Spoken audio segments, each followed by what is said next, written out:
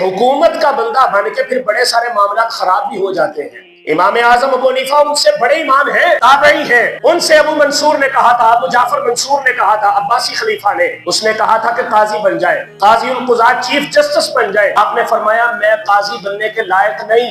امام احمد بن حنبل جس امام کو اپنا استاد مانتے ہیں، میں اس امام کی بات کر رہا ہوں جس کو آج لوگوں نے بزیچہ اطفال بنا دیا۔